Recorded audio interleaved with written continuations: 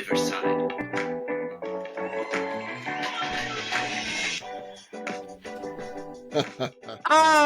It's so good to hear that tune again, Mr. White. Good morning. Is Mrs. Angel. Good morning to you. How are you?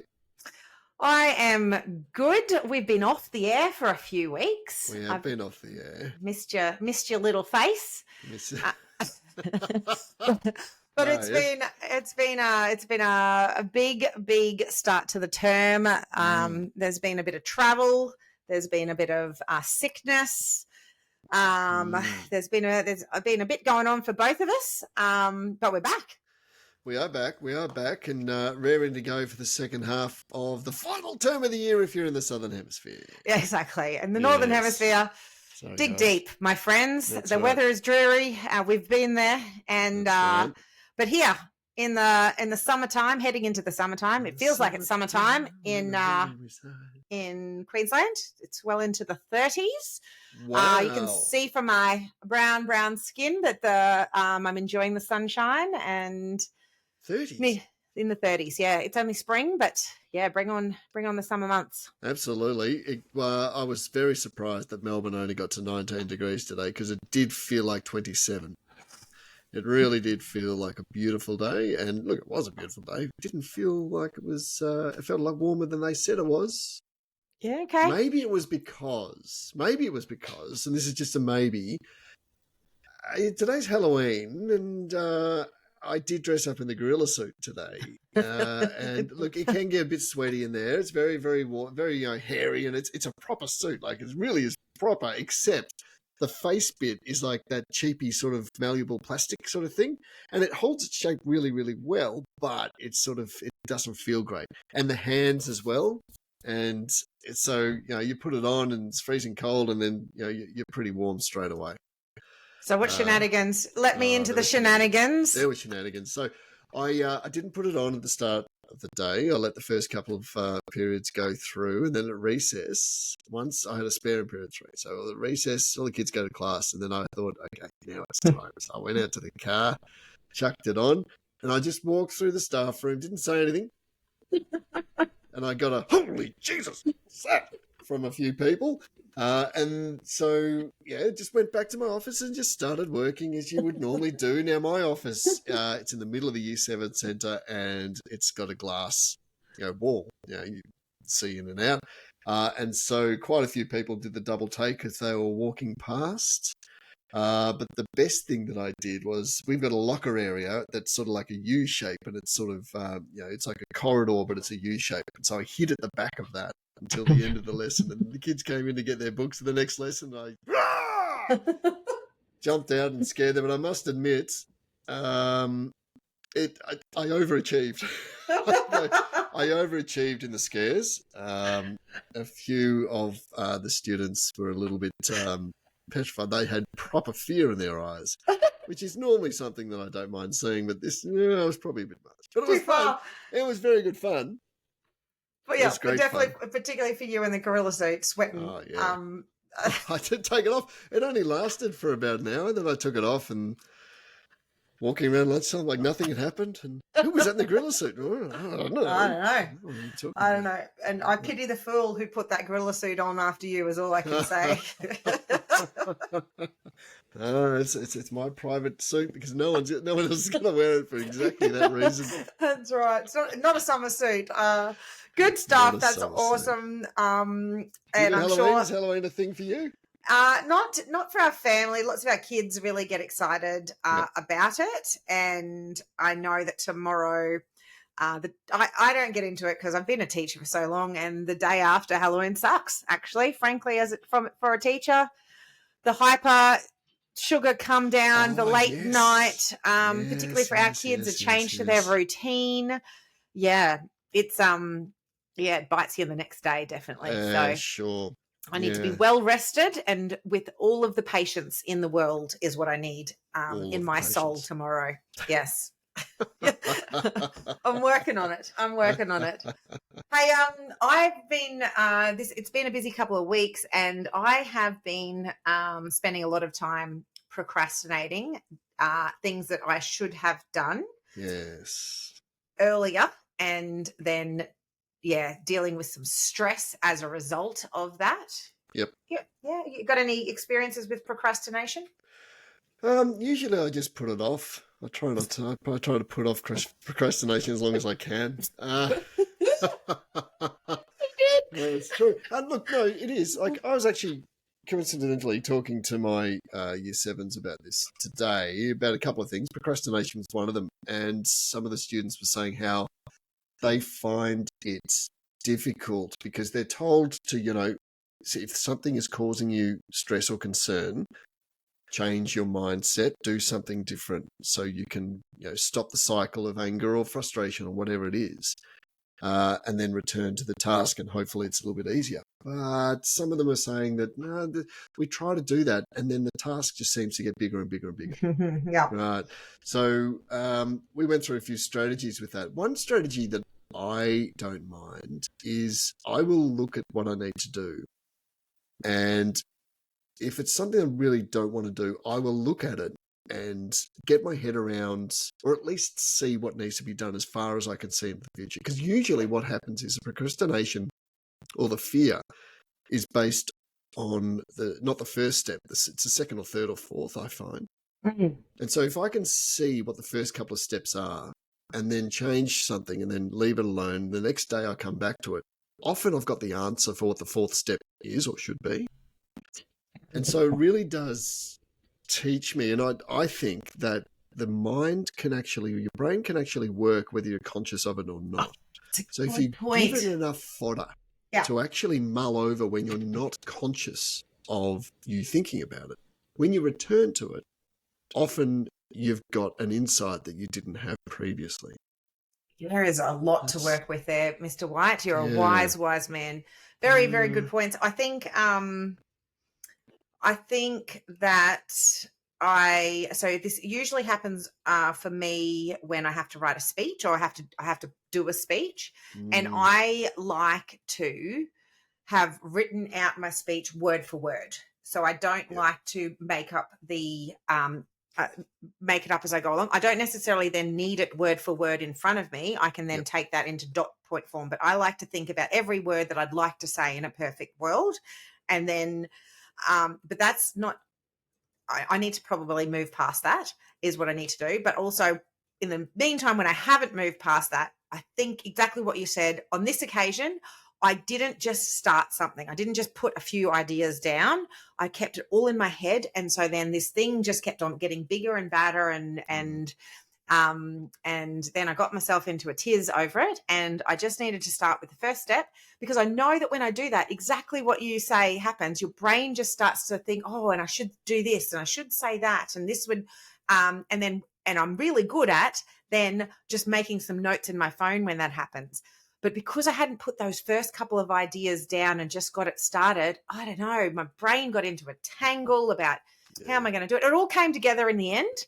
But it probably didn't need to get make myself quite so sick over it. And I need to do that better in the future, definitely. And I know it's always with speeches that I come unstuck. It's always something that I want to kick that can down the road and deal with it later. Yeah.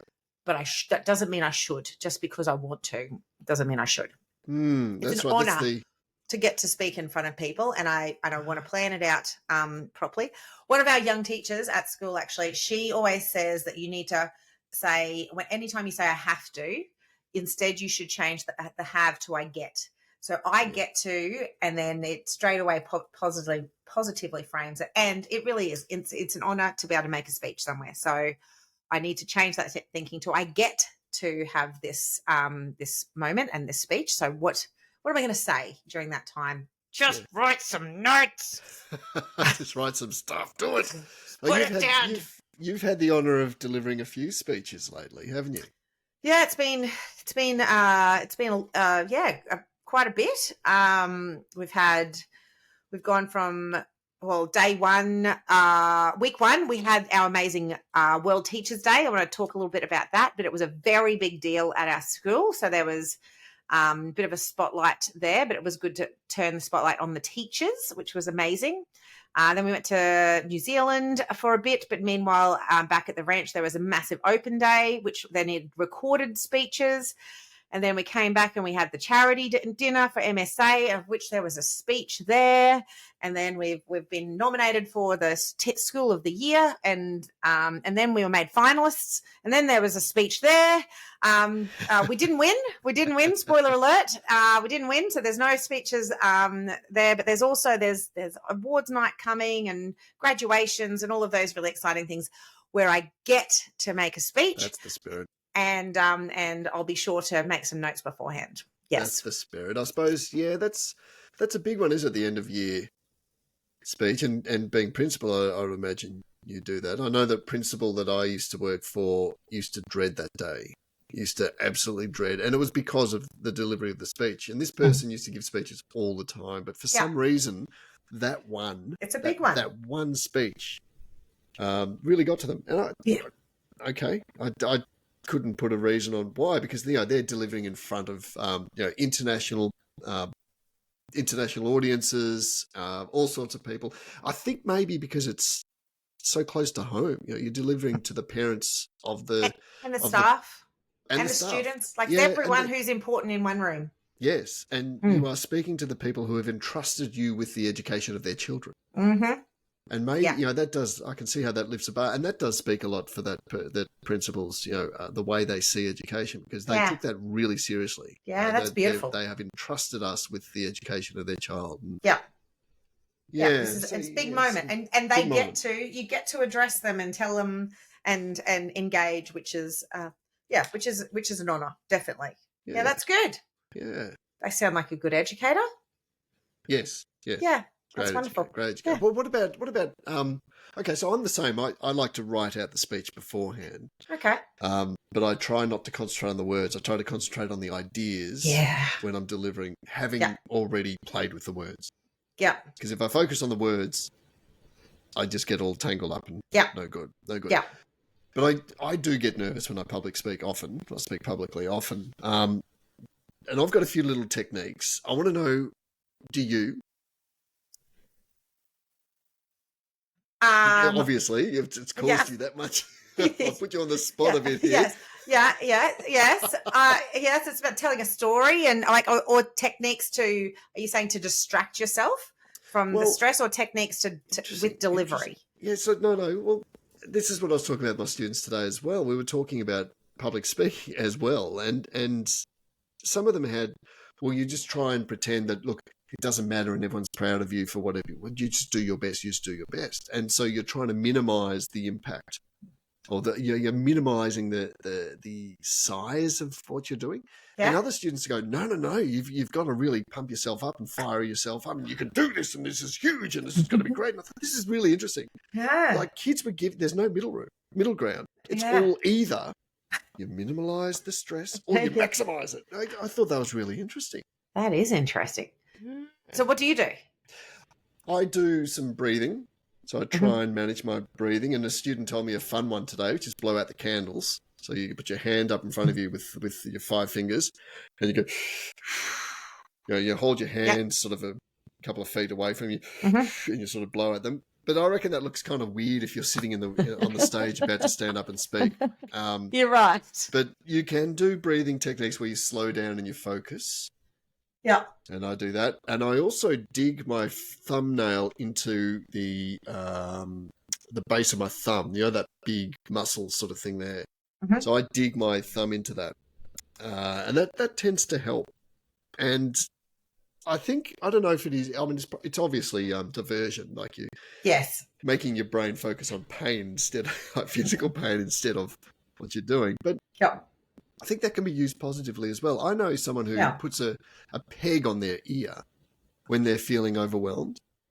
Yeah. So they literally will just sit there doing whatever they're doing with a clothes peg on the lobe of their ear.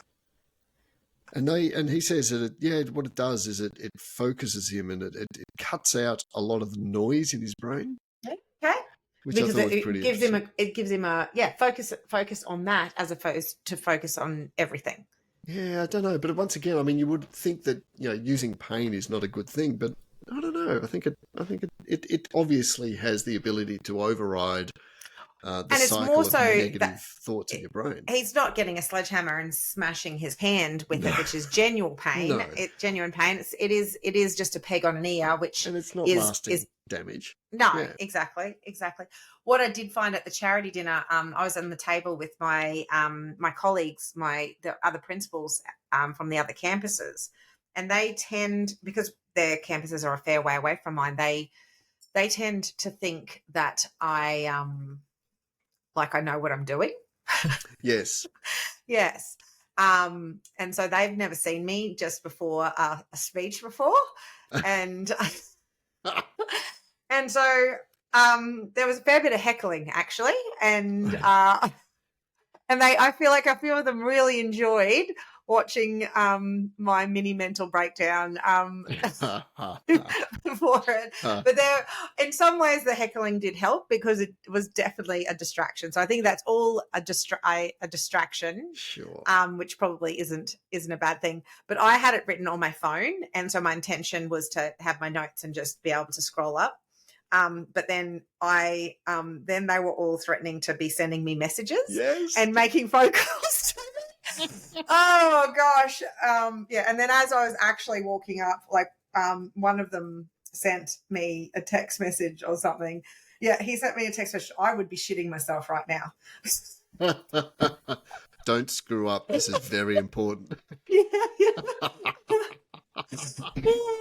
So good. That's good. But that's interesting what you said then. Like, do you feel that imposter syndrome sometimes? I wrote a book on imposter syndrome. Every day I'm just hoping people don't see me for what I really am. Imposter syndrome is as real as it can possibly be. It is. Yeah. It is. I think the wisest words I've heard about that is that no one knows what they're doing. Yeah. And the illusion of confidence takes you far. Yes. Yeah. Absolutely. I love it. My motto that I've lived by is fake it till you make it. And it's funny with kids, often, you know, when they're having a whole lot of anxiety or think they can't do things, and sharing that with them, that, oh gosh, mate, I don't know what I'm doing either. Like we're all making it up as we go along. Like, what? Even you? Like, absolutely. Even me, especially me. Are you serious? Yep. Yeah. So I think it's we feel like that we're the Lone Ranger and it's just us. But yeah, it is. It's I think it's just all a part of being human. Yeah, I think it's a part of being human, absolutely. Yeah. But it's something that we need to, you need to learn to be comfortable to be uncomfortable. Yeah. And that's all part of it. If you're in a position where you're giving an important speech, or if you're in a position that's causing you those concerns about the skill set you have, you got to remember that you are there. You are there. For some reason, you're there. Your talents, your experience, whatever it is you need to tap into to give you that reassurance. You're there. Yeah. That's it. Yeah. And make the most of it is what I think is the thing that I always agonize over. I'm so fortunate to be making a speech right now. Like it's really got to be good. It's got to count. It's got to mean something. It's got to connect with people. Yeah, you get to give a speech. I get to give a speech. I think maybe, absolutely. So bring on the next couple of speeches, hey? And after this podcast, I might start jotting. Actually, to be fair, my awards night speech, I have been making notes for about a term, actually, of people that I want to mention and what I want to. So my awards night, it's well on its way, actually, because I started. Just start, people. Just create a note on your phone and make a title. And then make a title, make a series of subheadings. You know what it actually does help a lot? Ask ChatGPT to write a plan for a speech, because then you've got all these talking points that come up. And if you're the kind of person that doesn't, is not creative with nothing, sometimes seeing an idea, oh no, I'm not going to do that, but I'm going to do this. Something. It triggers something and it gives you more confidence. And I find a lot of students in particular, but I imagine this is just people in general, can think of something when there is a plan in front of them. Right? But writing that plan can be hard because you don't have the confidence. So get ChatGPT to get something else to do it. Nice. And then, use it, don't use it. Use that as exactly. a Because as a you're right. stimulus. Sometimes knowing what you don't want to do actually does help you Sure. move towards what you actually do want to do. Absolutely. Yeah. It's a good point. It's a good Yeah. point. Good fun. Thank you, Mr. White. Where do I pay my $175 consultation fee for the therapy? Far more expensive than that. Mates rates, come on. Mates rates are still 4 figures. You're kind of a big deal. I get it. Kind of. All right, we were going to talk about mistakes. Yes. We were going to. You have just sent me a photo of you in the gorilla suit. Wow, that mushy face is really something spectacular. Yeah, that's before the face sort of popped out. So it gets when it's crinkled up in storage. It's sort of crinkled up, but you have to, once you wear it for about 10 minutes, it gets warm and it pops out and it looks great. But obviously, I think in that one I was watching the World Series baseball today. You really were, yes. Yeah. We will put that up on the socials for anybody who cares. Hard at work or hardly working? A bit of both. Hey, all right, we're going to talk about, we can discuss mistakes made as a teacher and what we learnt. I could also write a book on this one. Yes, absolutely. So I thought this is something good to talk about because I think, sort of tapping into a little bit what we were talking about before, the idea of imposter syndrome. Like sometimes you make mistakes as teachers. In fact, you make mistakes all the time as anything, really. But as a teacher, you make mistakes a lot. As long as you learn from them, that's progress. I mean, that's growth. That's the whole point. I mean, you can't promote these ideas to students and not live them yourself. Like, you've really got it. When I first started teaching, I was very, I wasn't regimented, but I was firm. I was firm with students, and I was told never smile before Easter and all the old sayings that you get. Yeah. And so I pushed back a fair bit. And at some stage of that year, my first year, I realized that this one class I was really not looking forward to. And it took me a while, but I did realize that it's because I kept setting these rules the way I wanted to without getting to know the class first, seeing what makes them tick, and then working from there and then guiding them to where I wanted them to be. So I wanted to, here is the set path, you follow it or else. Right. And that's not the way I teach now at all. I definitely have clear goals that I want to achieve. But the first thing I do is to get to know the students, and then I plot a course, but I do it with consultation with the students, and we talk about how we're going to get there. Well, sometimes we do. Sometimes I just use my experience and understanding to do it myself. And so the path is never the same way, but the end point is. So you could talk about the end point being assessment, for example. If I know this is what's going to be assessed, I need to design it backwards. But first I need to know where the students are at, how they work, what strategies are going to work, and then go through that. So I'm far less, I don't want to say less organized, but in the first couple of lessons of the year when I'm getting to know the students, that's what I'm doing. I'm getting to know the students. There's no curriculum necessarily. I mean, we might touch on some ideas, have some talking points, but honestly, it really is getting to know the students. And so that mistake that I made, and I was lucky to have made it my first year of teaching, because since then I've learned from that. And it really is, it does come down to relationships. And we've spoken about it a lot on this podcast. But, you make mistakes, particularly as a young teacher. You make mistakes as an old teacher. And I can sometimes feel it creeping in because I like having things cut and dry. But I have learnt now that I need to pull myself up and say, no. You need to do this in partnership with the students to get to where we need to get to. Yep. Love it. Love it. Very, I think that my story, one of the biggest learnings that I had is very, very similar. It's about that connect before correct. As well. That's perfectly put. That's exactly what it is. Yeah.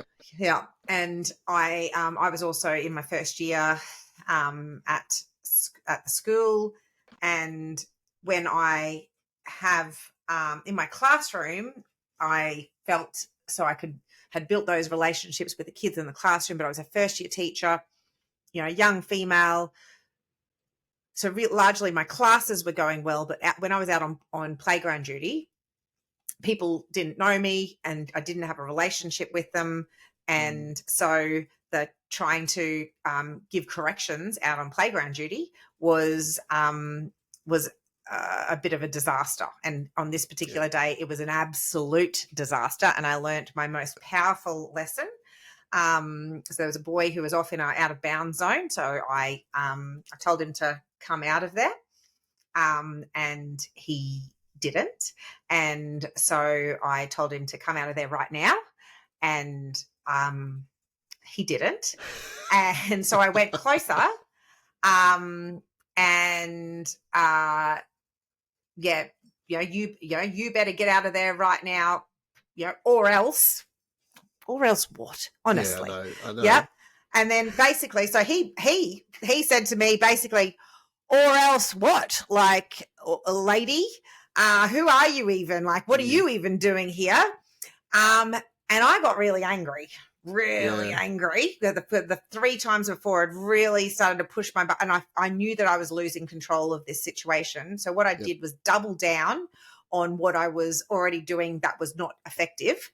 So what I decided to do was double down on it even more, but this time by yelling whilst he was really close now with some spittle coming out of my mouth because I was so angry. Yep. So I really raised my voice, just basically yelling now exactly the same instruction that I'd already yelled 3 times. Yep. You're such a PE teacher. Yeah, I know.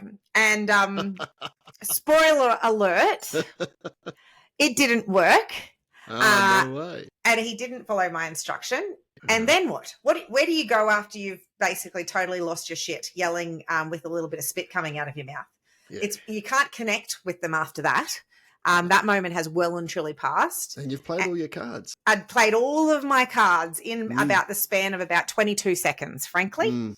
And I walked away, left him in the out of bounds area, walked away because it was like, aside from me grabbing him and trying to then physically manhandle him back into the area, which obviously the good thing is I didn't do that. But I'd already escalated, incredibly far. So I was just mortified at the situation, mortified at myself that I let myself get so angry so quickly, and just having that perfect example of yelling just being so incredibly ineffective, and realizing in that moment I've just yelled and there is no way for me to reel this back in was a really powerful learning for me. And I haven't yelled since. So my school, we are absolutely, and so I haven't yelled since. I've been in lots of places where so projecting your voice over a group isn't yelling. So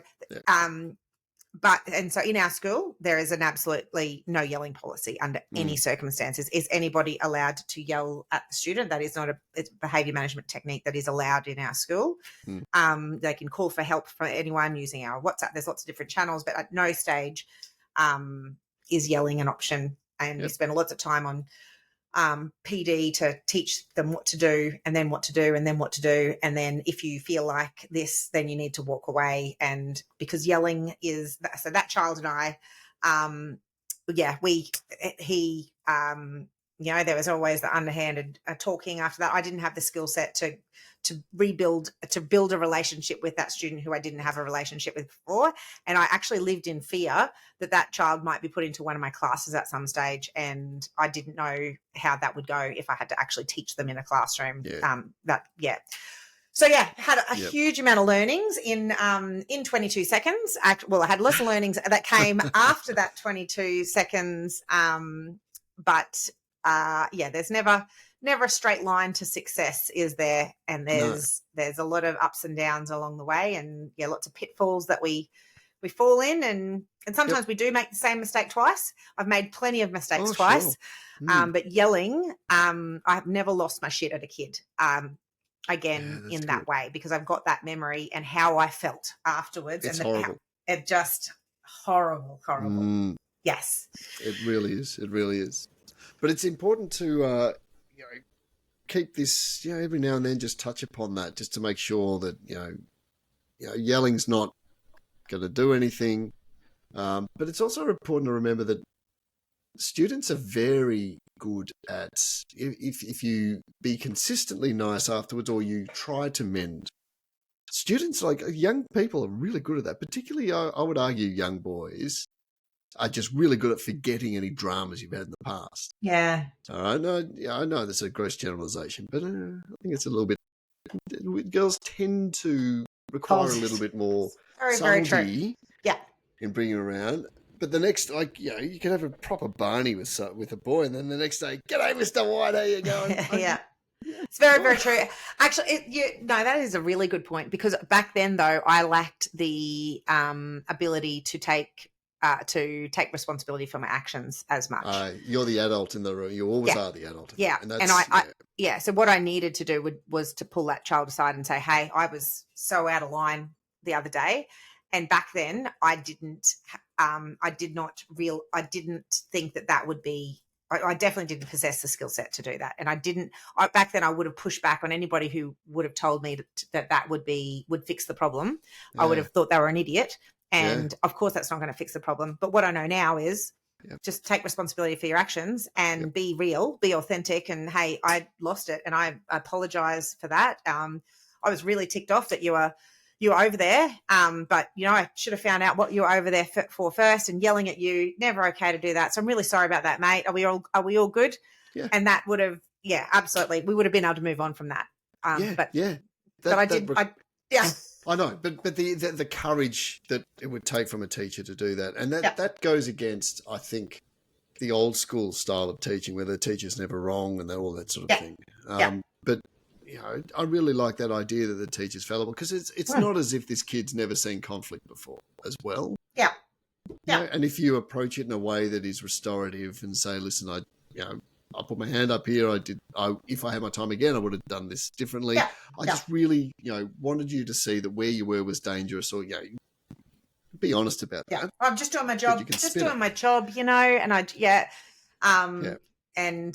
went about it all the wrong ways, and let's put it behind us and move on. So, by the way, I'm Mrs. Angel. What's your name? Is how I should have started. So can we start there now? That's good. Yeah. Please exactly. Back when I was at school, one of the teachers said this ridiculous thing like, if I could do it all again, or if can't put an old head on young shoulders, or they made all of those things. And I thought, my God, how old are you? But honestly, hey, Mr. White, you can't put an old head on young shoulders, can ya? No, here we are, full circle. Full circle. Yes, my apologies, Mr. Smith, for internally thinking that you are so ancient. Yes. Anyway, we've jibber-jabbered plenty enough. It's good to be back eyeballing you again, Mr. White. It's been far too long. It has been far too long. It's been so long that you've forgotten about the importance of Whitey's Wisecrack. Oh my gosh! Okay, you're gonna bring us home strong. Here we go. Oh gosh, the feedback we would have gotten from our listeners if I had let that one slide. All right, here's our Whitey's Weekly Wisecrack. Whitey's Weekly Wisecracks. What do you got, Mr. White? There it is. Yeah, it is. I only found out the other day that garbage men don't receive any formal training. Did you know this? Didn't know that. Apparently they just pick things up as they go along. Yeah. Obviously, really, really have missed you. Because I like it. Thank you very much. I did miss you. See you next week. You too. See you later. Powered by Riverside.